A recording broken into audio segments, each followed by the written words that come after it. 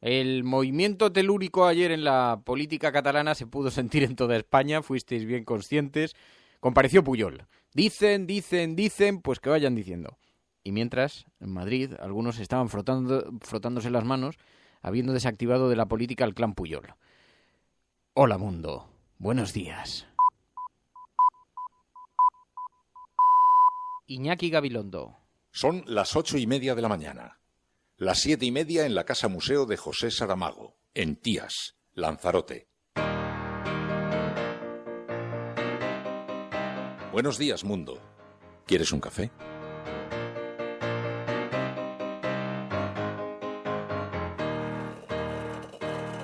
We were sailing on waves of silver. There were echoes in the wind. When we raised our sails to capture them, the ship was lifted up and then it was sank.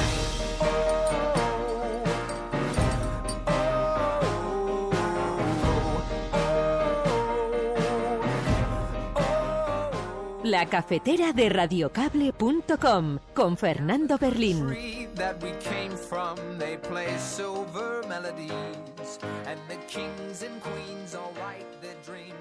El tren de vida del seu fill Jordi Pujol Ferrusola, que en teoria tindria un Jaguar, un Ferrari, un Lotus Elan, un Porsche, dos Porsche, un altre Ferrari, un Lamborghini, un Ferrari Testarossa, això li xocava o no li xocava? Jo vaig trigar 20 anys a canviar-me el cotxe, no? Si aquest no és el meu estil. Després en diuen, aquest i l'altre, diuen, i ja entendran que jo a partir d'aquest moment no contestaré absolutament res. Doncs miri, aquí sí que jo estic tan sorprès com vostè.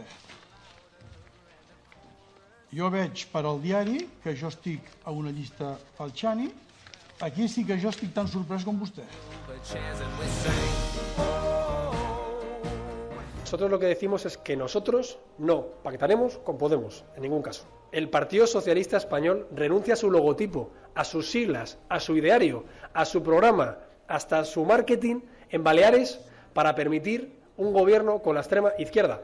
Yo creo que lo que dijo el señor Monedero fue la típica explicación en diferido, en la que no se nos clarificó el contenido de esos contratos que parece que son secretos y en el que tampoco se nos clarificó la situación de esa sociedad simulada.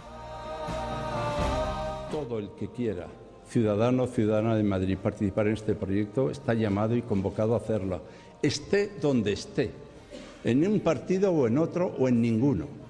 Y el Partido Popular, hay muchas personas muy distintas dentro del Partido Popular. La derecha europea y española es muy plural también. Hay personas que son muy neoliberales, yo con estos me llevo un poco peor, políticamente, aunque no personalmente.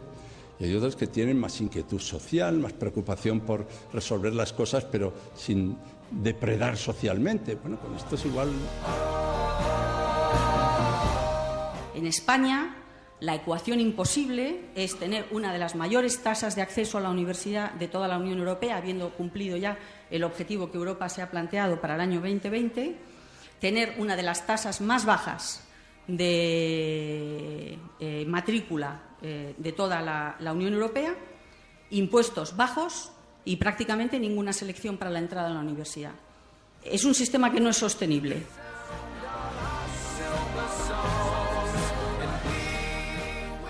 A mí me parece que hay que rebajar la tensión, porque las relaciones económicas entre dos socios históricos como España y Venezuela son fundamentales. Y yo creo que todos deseamos, los venezolanos y los españoles, que las empresas españoles operen allí. Diuen, aquest i l'altre, diuen. Ja entendran que jo a partir d'aquest moment no contestaré absolutament res.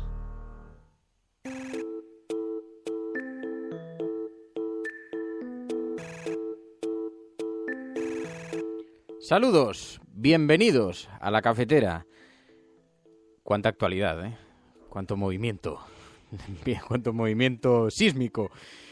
Sabéis que este es el lugar donde nos reunimos cada día con los periódicos junto a unas tazas de café para tratar de explicar qué es lo que está ocurriendo a nuestro alrededor. Y saludamos primero, eso sí, como cada día, a quienes se incorporan en diferido, a quienes se suman a este programa en la retaguardia vía podcast, por iTunes, por radiocable.com, por Spreaker, por iVoox, YouTube, y también, como no, a quienes se incorporan en directo y que componen nuestro Focus Group, nuestro CIS particular con el que tomamos la temperatura a la ciudadanía.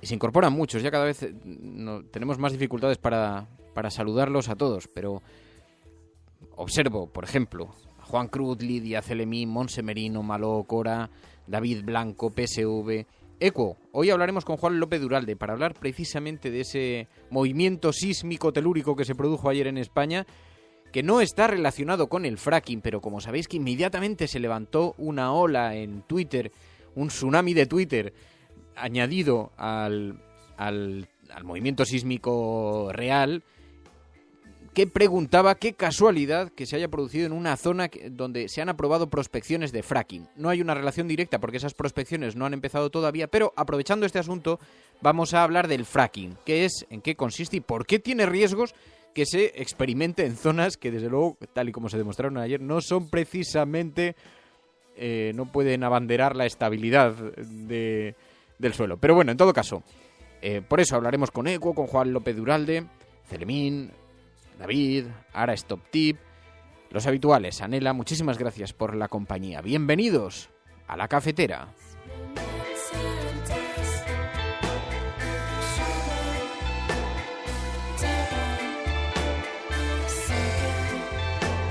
Ahora, no os vayáis a pensar que este ha sido el único movimiento sísmico terremoto que se ha producido, porque ayer volvió a comparecer a la familia Puyol. No al completo, pero casi al completo.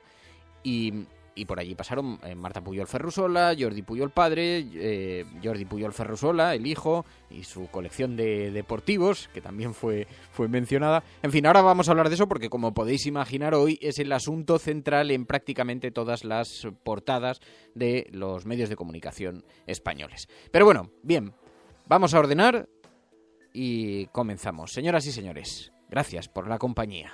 Quizás el pueblo del Sáhara es culpable porque en sus largas costas reside el mayor tesoro pesquero del océano Atlántico y quizá también hay petróleo, gas y uranio. En el Corán y en la Biblia podrían estar, aunque no estén, profecías como esta. Las riquezas naturales serán la maldición de las gentes.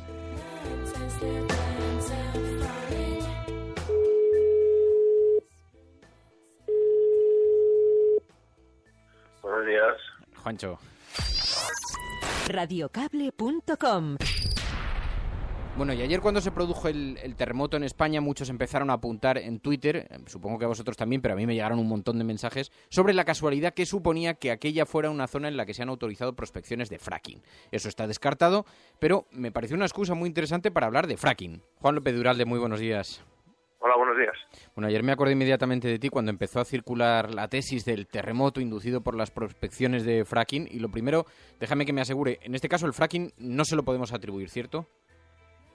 Claro, hay que explicar muy claramente que nunca se ha atribuido el terremoto al fracking, sino que se ha informado, nosotros hemos informado, de que en la zona, justamente donde está ubicado el epicentro del terremoto, se han concedido permisos para prospecciones de fracking. Prospecciones que hasta donde nosotros tenemos noticias todavía no han comenzado y por lo tanto nadie ha hecho esa atribución, pero simplemente es interesante constatar que en esa zona hay permisos para hacer fracking. Lo que sí parece es que en otros casos, no relacionados desde luego con el acontecimiento de ayer y en esta región, pero sí parece que en otros casos, en otros lugares se han documentado relaciones entre movimientos de tierra y fracking. Efectivamente, en aquellos lugares donde el fracking se está realizando con mayor asiduidad, como es el caso de Estados Unidos, se han constatado en diversas ocasiones vinculaciones entre la actividad del fracking o fractura hidráulica y movimientos sísmicos. De ahí el interés de constatar que en esta zona, precisamente donde se acaba de producir un terremoto, se hayan concedido esos permisos que, por cierto, nosotros hemos pedido que se revoquen. Hoy mismo hemos presentado una pregunta en el Congreso respecto de cuál es la posición del Gobierno ante esta nueva situación que se genera tras el terremoto. Porque luego, desde la perspectiva medioambiental, Juan, resulta también inquietante, porque claro, no solamente afecta a la región, se pudo sentir en un buen número de lugares de este país, pero claro, resulta inquietante la ubicación del ATC, por ejemplo, ¿no?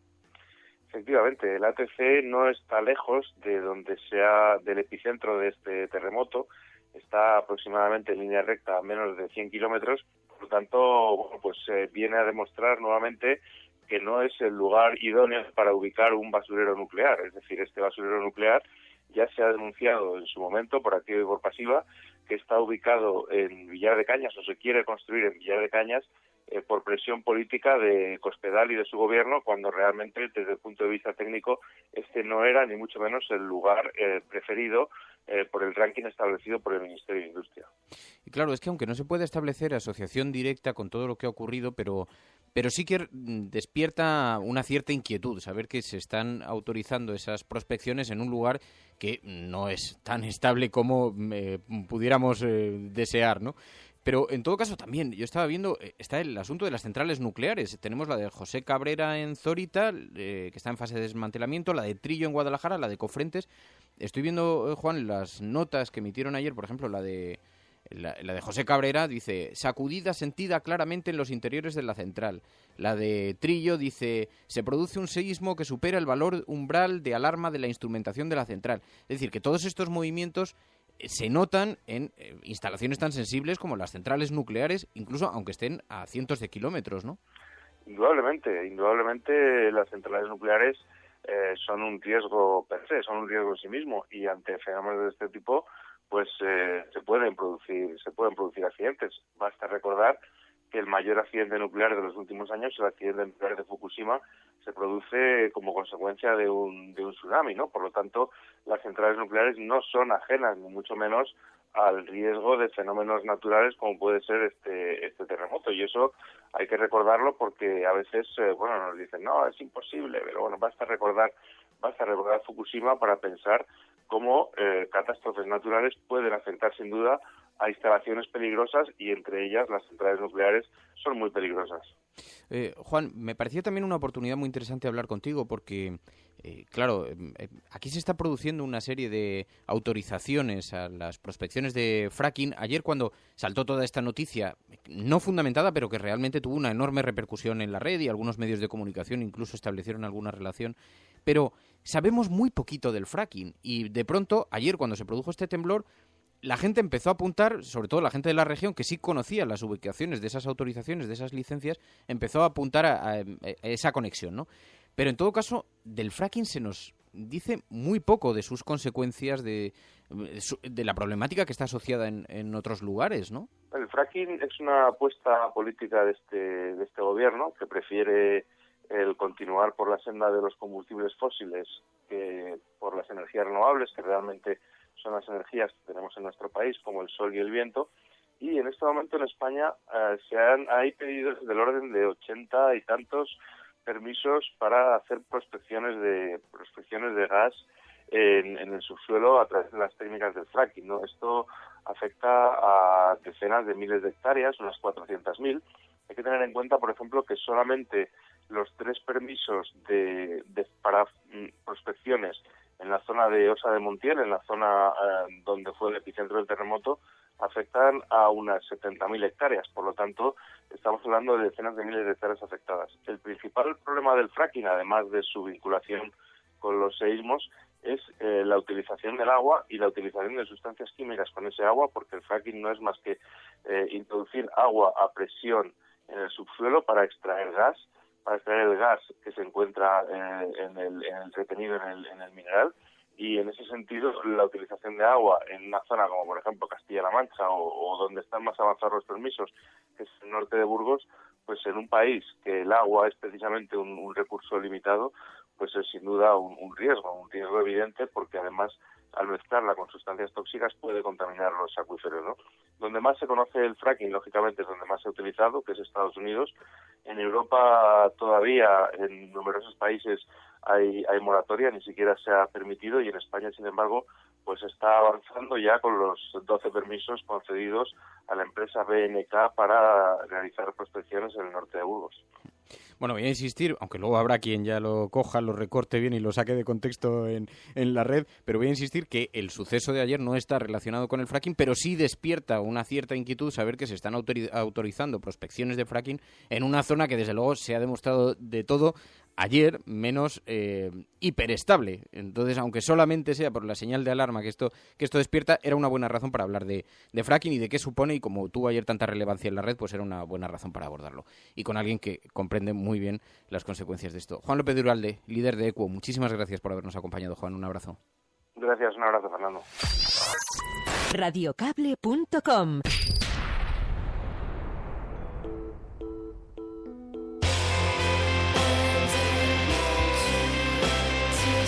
El desafío que tenemos por delante es de una magnitud de carácter colosal, y la gran crisis no es ecológica, es política.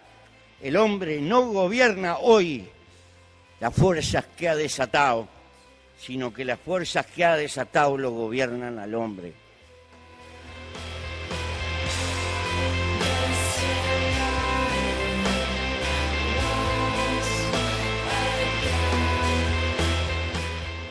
Destaca en Twitter, dice Antonio FC, dice: el principal problema del fracking es la utilización del agua, de las sustancias tóxicas. Dice Monse Merino, dice: el fracking es un atentado ecológico, igual que el almacenamiento de castor, tantas cosas. Y Juan Cruz dice: los lugares ideales no existen, solo cuentan los ideales económicos. David Blanco dice: lo que mola es que el cementerio nuclear que van a construir está a poco más de 100 kilómetros del epicentro del terremoto, algo en lo que también destacaba José Manuel Martínez. Bueno, y de lo que están llegando son muchas afirmaciones relacionadas con esas palabras ayer de Gomendio. Sabéis que bueno, es una cosa absolutamente increíble. Las vamos a escuchar. Es la secretaria de Estado de Educación y Universidades, Montserrat Gomendio. Ayer dijo que el sistema universitario, tal y como lo conocemos, no es sostenible. Yo me pregunto, ¿qué es exactamente lo que nos estás tratando de decir? En España, la ecuación imposible es tener una de las mayores tasas de acceso a la universidad de toda la Unión Europea, habiendo cumplido ya el objetivo que Europa se ha planteado para el año 2020, tener una de las tasas más bajas de matrícula de toda la Unión Europea, impuestos bajos y prácticamente ninguna selección para la entrada a la universidad. Es un sistema que no es sostenible. No te voy a contestar yo, te va a contestar Carlos Fuentes. No se puede engañar a una persona educada. Y por ello la educación se identifica con la libertad, la democracia y el progreso, y también con la capacidad crítica, de reconocer los valores, los nuestros y los de los demás, que nunca serán los de menos. Ahora se empiezan a comprender todos estos movimientos por los que estaba abogando tanto el ministro Wert como la secretaria de Estado de Educación, Montserrat Gomendio. No se puede entender si no tiene como objeto la de crear una sociedad a dos velocidades. Una sociedad hipereducada, hiperformada, con innumerables posibilidades de salida laboral. Es decir, una sociedad de privilegiados y una sociedad de los que van despacio. Porque si uno pone en cuestión el sistema público universitario, ¿por qué no poner también en cuestión el sistema sanitario? También. Lo decía Pedro Jiménez hace un segundo en Twitter, y José Manuel Martínez también dice: Gomendio ve insostenible el sistema universitario español. Lo insostenible empieza a ser este gobierno de Rajoy.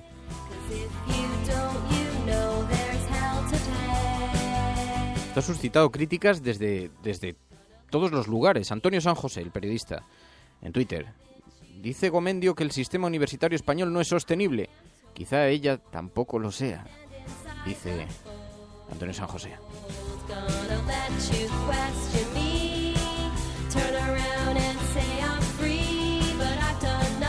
Bueno, destacaba estas palabras porque ayer fueron también el epicentro de otro terremoto, el relacionado con la transformación del modelo educativo, y de todo esto seguramente se va a hablar hoy en el debate sobre el Estado de la Nación. Os puedo dar alguna clave, porque los partidos políticos, una cosa que hacen el día anterior es enviar a los periodistas las previsiones de cómo va a transcurrir esta primera sesión del debate sobre el Estado de la Nación. Sabéis que va a tener lugar hoy y mañana. Y por ejemplo, veía las notas que enviaba el Partido Socialista, así que os los voy contando y así adelantamos. Y sabéis que en este programa siempre vamos un paso por delante. Porque resulta que es que Pedro Sánchez lo que va a tratar es de contrastar la euforia del gobierno con la realidad. Dicen, va a haber dos partes de su propuesta, una de crítica y otra una parte más propositiva, ¿no? Entonces, por una parte, contrastar la euforia del gobierno con la realidad, con los datos, con aquellos datos que demuestran que ha aumentado la desigualdad, la pobreza, cómo se han dilapidado derechos sociales laborales. Se va a poner en evidencia que Rajoy se está empeñando en dibujar un país que nada tiene que ver con la realidad de los hogares españoles, y además de hacer ese análisis socioeconómico del país, van a proponer diferentes alternativas, ¿no? Y dice, pues el líder socialista va a perfilar su proyecto político basado en una agenda para la recuperación justa, dicen desde el PSOE, salir de la crisis con justicia social. En definitiva, el PSOE va a denunciar el sufrimiento de la clase media a causa de los recortes y presentar alternativas a las políticas de la derecha. Bueno, todo esto está muy bien, lo que pasa es que, claro, luego ahí se introducen unas ciertas incertidumbres, porque sabéis que ayer habló Ángel Gabilondo, el que está llamado a ser... el que en este momento es candidato por el Partido Socialista para la Comunidad de Madrid. Y allí le abrió la puerta al Partido Popular. Tanto desencuentro no parece que haya. Todo el que quiera, ciudadano o ciudadana de Madrid, participar en este proyecto está llamado y convocado a hacerlo. Esté donde esté, en un partido o en otro o en ninguno. Y el Partido Popular, hay muchas personas muy distintas dentro del Partido Popular, ¿no? La derecha europea y española es muy plural también. Hay personas que son muy neoliberales, yo con estos me llevo un poco peor, políticamente, aunque no personalmente, y hay otros que tienen más inquietud social, más preocupación por resolver las cosas, pero sin depredar socialmente. Bueno, con estos igual... Bueno, con estos igual pueden entenderse, dice Ángel Gabilondo. Es verdad que yo nada que discrepar de lo que dice, porque tiene razón. No hay peor enfermedad para el género humano que la generalización. Generalizar ha conducido a la sociedad a los peores dramas de la historia de la humanidad. Y, por supuesto, es una absoluta estupidez pensar que todo el Partido Popular es igual que es una estupidez pensar que todo el Partido Socialista es igual, o que todo Podemos es igual, o que toda Izquierda Unida es igual. Es evidente, ¿no? La cuestión es si se puede plantear en este escenario que estamos viviendo una afirmación como esa, que en cierta manera lo que nos está anunciando es un tipo de alineaciones, ¿no? Yo creo que ahí Ángel Gabilondo ha pisado un territorio complicado electoralmente, en términos electorales, porque es exactamente la fisura que están buscando, tanto en Izquierda Unida como en Podemos, para afirmar que PP y PSOE son lo mismo y que además van a pactar algún tipo de coalición. Hardy Useful dice ahora mismo en Twitter: el pacto PP-PSOE ya solo les falta hacerlo oficial en el BOE. A esto me refiero. Sin embargo, ayer Iñaki Gabilondo en su videoblog hizo... Porque sabéis que unos días antes había dicho quién será la persona inteligente que se metería en la boca del lobo. Y ayer hizo un videoblog diciendo, pues se ha metido en la boca del lobo. Y explicaba la decisión de su hermano. Y me gustó mucho, vamos a escucharlo, escuchar unos segundos, y ahora os explico cuál es la parte que más me gustó de lo que decía Iñaki Gabilondo ayer. Yo he analizado mal, porque he analizado su decisión con los parámetros al uso, y hay que emplear parámetros en desuso. Sí, con los parámetros al uso, el del cálculo, el de la conveniencia, el de la inteligencia, la decisión no tiene pies ni cabeza. Pero hay parámetros en desuso que él ha manejado: la lealtad, las convicciones y la voluntad. La lealtad sin carnet, para con un partido del que incluso algunos con carnet están ahora renunciando y renegando. Convicciones para complicarse una vida que tenía perfectamente estabilizada fuera de la política. Y la voluntad que es esa especie de impulso motor, una especie de ilusión que no cede con los años de ser de alguna utilidad para los demás. La explicación de Iñaki Gabilondo sobre la decisión de su hermano, accediendo a ser el candidato en el Partido Socialista además en un lugar tan convulso como el Partido Socialista de Madrid. Pero lo que me interesa mucho de Iñaki Gabilondo, más allá de estar hablando de su hermano, de lo que supone, es que siempre hace referencias a valores morales. Y estamos tan necesitados de ellos. Cuando lo escuchaba decía, yo discrepo, creo que se ha metido Ángel Gabilondo en la auténtica boca del lobo y que por muchas razones morales que tenga, si además pone el pie en lugares tan pantanosos, tan complejos como lo de la Gran Coalición, se va a meter en un buen jardín. Pero en todo caso me gusta la reflexión que hace Gabilondo sobre los valores morales, porque es verdad que estamos absolutamente necesitados. Bueno, y respecto a lo de los grandes pactos, lo que sí que parece es que todo el mundo está apuntando hacia dónde van a estar sus alineaciones. Pablo Casado, ayer, Partido Popular, dijo, nosotros no pactaremos con Podemos. Nosotros lo que decimos es que nosotros no pactaremos con Podemos, en ningún caso. El Partido Socialista Español renuncia a su logotipo, a sus siglas, a su ideario, a su programa, hasta su marketing en Baleares para permitir un gobierno con la extrema izquierda. También en el Partido Socialista intentan, porque claro, dicen Baleares se han alineado con la extrema izquierda, dice Pablo Casados. Pero es verdad que en Madrid, Antonio Hernando, ayer, Partido Socialista, insistió en atacar a Podemos, en atacar los flancos de Podemos. Y habló de Monedero, de Juan Carlos Monedero. Yo creo que lo que dijo el señor Monedero fue la típica explicación en diferido, en la que no se nos clarificó el contenido de esos contratos que parece que son secretos y en el que tampoco se nos clarificó la situación de esa sociedad simulada. Lo que yo percibo aquí es que el PSOE va como un pollo sin cabeza. En unos lugares dice una cosa, en otros hace otras. En fin, estás escuchando La Cafetera. Si lo estás haciendo, eres la Resistencia y no estás solo.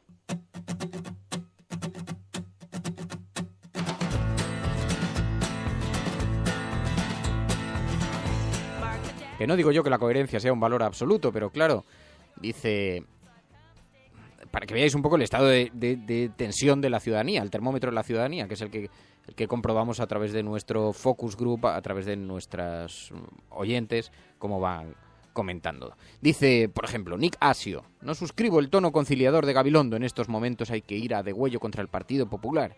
Espero que sea una metáfora, en todo caso, Nick Asio, porque no hay que ir a degüello nunca, jamás, contra nadie.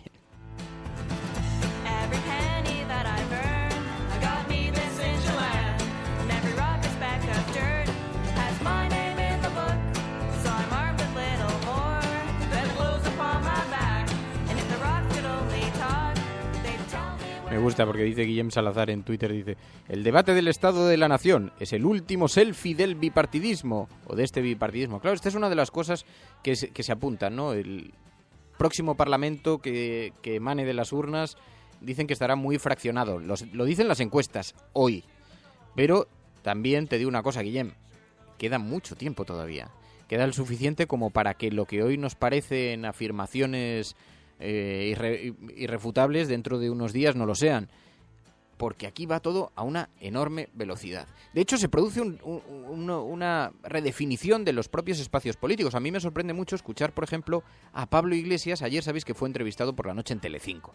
Y entonces allí habló, bueno, algunos de los mensajes que conocemos, pero por ejemplo se pronunció sobre Venezuela y se pronunció sensiblemente crítico, por lo que se percibe un cambio en su discurso. A mí me parece que hay que rebajar la tensión, porque las relaciones económicas entre dos socios históricos como España y Venezuela son fundamentales. Y yo creo que todos deseamos, los venezolanos y los españoles, que las empresas españoles operen allí.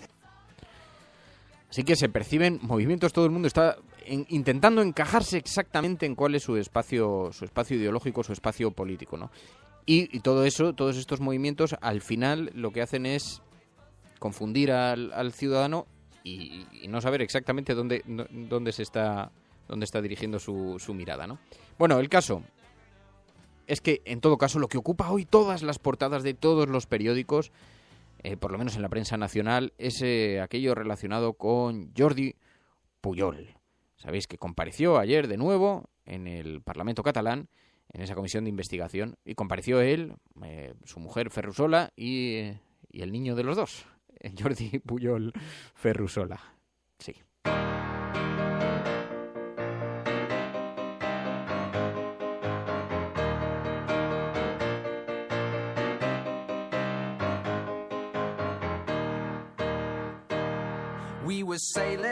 Es el tema que lleva portada, por ejemplo, el periódico ABC. Los Pujol no saben nada de nada. El matrimonio niega haber cobrado comisiones y su hijo dice que ignoraba tener dinero en paraísos fiscales, dice. A mí lo que me gustó mucho, bueno, primero fue escuchar efectivamente al hijo, a Jordi Pujol Ferrusola, sorprendido por esas informaciones en los medios de comunicación que apuntan a algo mío en la lista Falciani. Doncs miri, aquí sí que jo estic tan sorprès com vostè. Jo veig per al diari que jo estic a una llista Falciani. Muy sorprendido, dijo estar, tanto como usted. Y dice, bueno, este es el asunto de portada en el periódico ABC, también en el asunto de portada en el periódico El Mundo. Burla en el Parlamento. Jordi Pujol a los diputados. No me quitaré el audífono para dejar de oírles, pero digan ustedes lo que quieran. Esta ha sido la frase probablemente que va a ser la más repetida, frase gloriosa para el zapping. Esta nos va a servir mucho para hacer cortinillas de apoyo. Pujol, sí, dicen mucho en la prensa, dicen. Després d'en diuen, aquest i l'altre, diuen, ja entendran que jo a partir d'aquest moment no contestaré absolutament res. No contestaré, llegado el momento, cuando llegue el momento no contestaré ya absolutamente a nada. Dice el periódico El Mundo, Jordi Pujol Ferrusola, es un mito que yo haya operado en paraísos fiscales. Será culpa de mi oficina del BBVA, dijo Marta Ferrusola sobre su escolta en Andorra. Sí, llevaban 4 fusiles, 6 escopetas y un tanque. Se burló en el Parlamento, dice el periódico El Mundo. Lo que sí que es verdad es que también fue preguntado el señor Pujol si no sospechaba nada del tren de vida de sus hijos. Él dijo que no, que él hace 20 años que no se cambia de coche. El tren de vida del seu fill Jordi Pujol Ferrusola, que en teoria tindria un Jaguar, un Ferrari, un Lotus Elan, un Porsche, 2 Porsche, un altre Ferrari, un Lamborghini, un Ferrari Testarossa, això li xocava o no li xocava? Jo vaig trigar 20 anys a canviar-me el cotxe, no? O sigui, aquest no és el meu estil. O sigui que si això li puc dir només, ara. Vull dir, jo tampoc no podia saber ben bé doncs, com anava això. En tot cas, jo puc fer advertiments als meus fills, però no puc entrar en més detalls, ¿no? Dice, yo no entro en los detalles, en el asunto de lo de mis hijos, porque lo único cierto aquí es que yo no me cambio de coche desde hace 20 años. Ya lo que hagan mis hijos, con tanto deportivo y tanta fiesta, eso ya es asunto suyo. La Vanguardia, un desafiante Pujol Jr. alardea de sus influencias, porque el primogénito se presentó allí como un exitoso dinamizador económico. Llegó a decir más, es muy amigo mío. Cuando le necesite, se pondrá el teléfono. De Artur Mas, del presidente de la Generalitat. Ya le metió en un buen lío.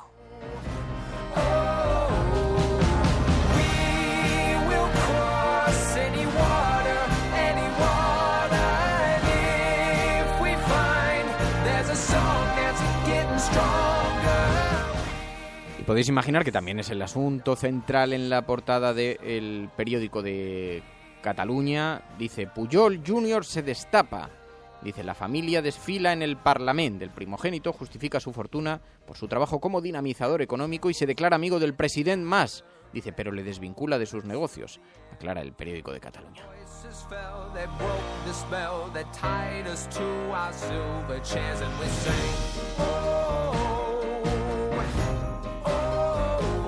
Bueno, esto es lo que a la prensa impresa se refiere, pero hoy hay 2 asuntos muy interesantes en los digitales. El diario.es dice, una grabación revela cómo la Guardia Civil ofrece papeles a inmigrantes a cambio de información. Dicen, una grabación a la que ha tenido acceso el diario.es, un agente de Melilla presiona a un ciudadano subsahariano para que hable. Si me ayudas, te puedo dar las llaves de Europa. Si me mientes, nos vamos a ver durante mucho tiempo. Dijo el Guardia Civil.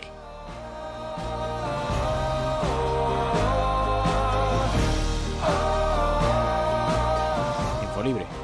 Infolibre también dice: Rajoy favorece de nuevo a los registradores al aprobar que cobren por más gestiones a empresas y asociaciones. Los registradores mercantiles vuelven a ganar de la mano de Rajoy. El gobierno acaba de aumentar el número de gestiones por las que van a cobrar a empresas, fundaciones, asociaciones y comunidades de bienes. Desde luego no hay nada como pertenecer a la familia de un alto cargo político, a la familia empresarial, al gremio o incluso a la ciudad. Eso a mí me llamaba mucho la atención, cómo se benefician todas las ciudades. Por ejemplo, hay que ver cómo es el pueblo de José Bono. Qué cuidado, qué bonito, qué bien se le ve. O Sevilla, cuando Felipe González fue presidente del gobierno, Andalucía. O León, cuando José Luis Rodríguez Zapatero. O, en fin, y tantos, porque es que es uno tras otro. Bueno, amigos y amigas, estás escuchando La Cafetera. Muchas gracias a todos por la compañía. Mañana nos volvemos a escuchar. Basalia, Nick Asio, Monsemerino, David Blanco, Anorma, Guillem Salazar. También nos acompañan Celemín, Juan Cruz, Pura Larga Vida, Cesius, Víctor, Cora Recio.